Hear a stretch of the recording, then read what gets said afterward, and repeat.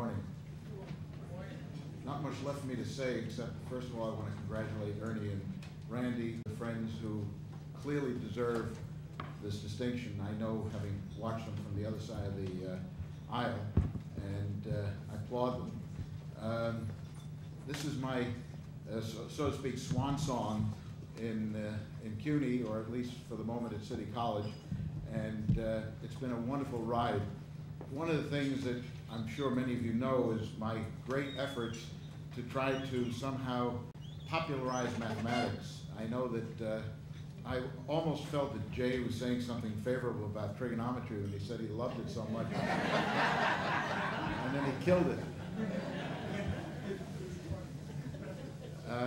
I would just like to go to one social event once where someone doesn't approach me to tell me, once they find out that math is my field, how horrible they were in math when they went to school. I mean, it's the only subject in the curriculum which is an honor, a signal, a piece of pride. I was lousy in math, and look where I am today. No one says that about biology, English. Can you imagine someone say, I can't read or I couldn't write, and look where I am today? No, it's math. There's a lot of back and forth in the math community. You've heard about the math wars. Shakespeare wrote a play about that, Much Ado About Nothing. It's really unfortunate that math gets such a poor play. I was just reading a book this weekend, A Mathematician's Lament, which was just published in 2009, little paperback, very interesting take on the fact that no matter what is being done in the school, it's wrong, because we need to, according to the author, teach mathematics with the same philosophy, if you will, that we teach music and art, and that mathematics is an art, and it needs to be dealt with that way. And of course, I think that there is some truth in what he says, but we still have an obligation to maintain our leadership in the world.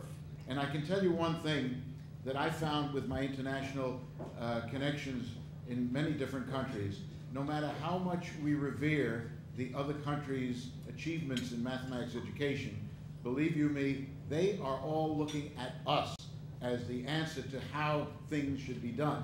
So we can keep changing. We go from this, and having been in this, you know, I started off my first 6 years as a high school math teacher in the Bronx at Theodore Roosevelt High School. And yes, I too am a product totally of the public school system, except for my doctorate, because the public schools weren't offering a doctorate at that time. So I can only tell you that we are doing things well. The problem with all these international comparisons is that we're comparing apples and oranges. We have a system where everybody has access to education. In many of the countries, students are sorted out at age 10. You're going to college and you're going to be in a vocational system. And so when we compare kids at the 8th grade level, say, they're already sorted out, and we're not comparing equal populations. The other thing is there's a cultural thing. In many of the countries, especially in the Far East, students are not expected to do anything less than an A. In other words, they will get extra help no matter how much it takes, how much it costs them normally, or anything like that. We don't do that, unfortunately. Or maybe fortunately. Maybe we have a more well-rounded product at the end of compulsory education.